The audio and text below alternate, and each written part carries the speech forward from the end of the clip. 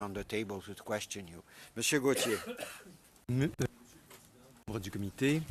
I'm the acting president of the Railway Association of Canada, which represents more than 50 rail operators, consisting of 6 freight Class 1 railways, 40 local and regional railways, as well as many passenger rail operators.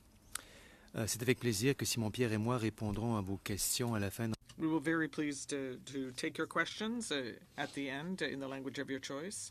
And I left a document with you that I may refer to during the period where you ask questions. So this afternoon, you will hear many things that you have heard in the previous panel within the railway regard. Through all major population and economic centers and goes over some 30 road crossings. Our sector employs approximately 30,000 people, many of whom hold safety-critical positions. This includes employees who operate our trains or work in rail traffic control.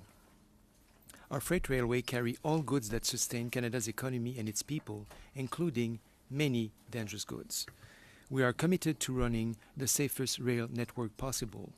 A key part of this is ensuring that railway employees are fit to work. Our industry is concerned that the legalization of marijuana will contribute to further normalize its use and will increase at-risk behavior in the workplace.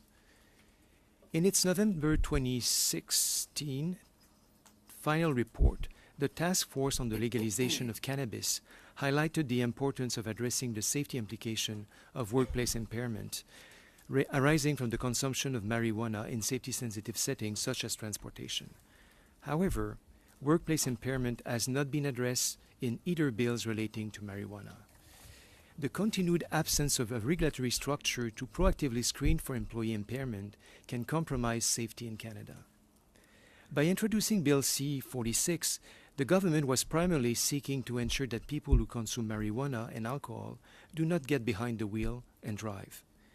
This reflects a shared apprehension on the part of the government that legalization will increase at-risk behavior in a way that must be addressed by Parliament. However, the absence of any proactive measures to secure safety-sensitive workplaces from increased at-risk behavior is a notable mistake, or omission, should I say. The inability to preemptively detect if a train operator is impaired, such as through random testing, can compromise rail safety.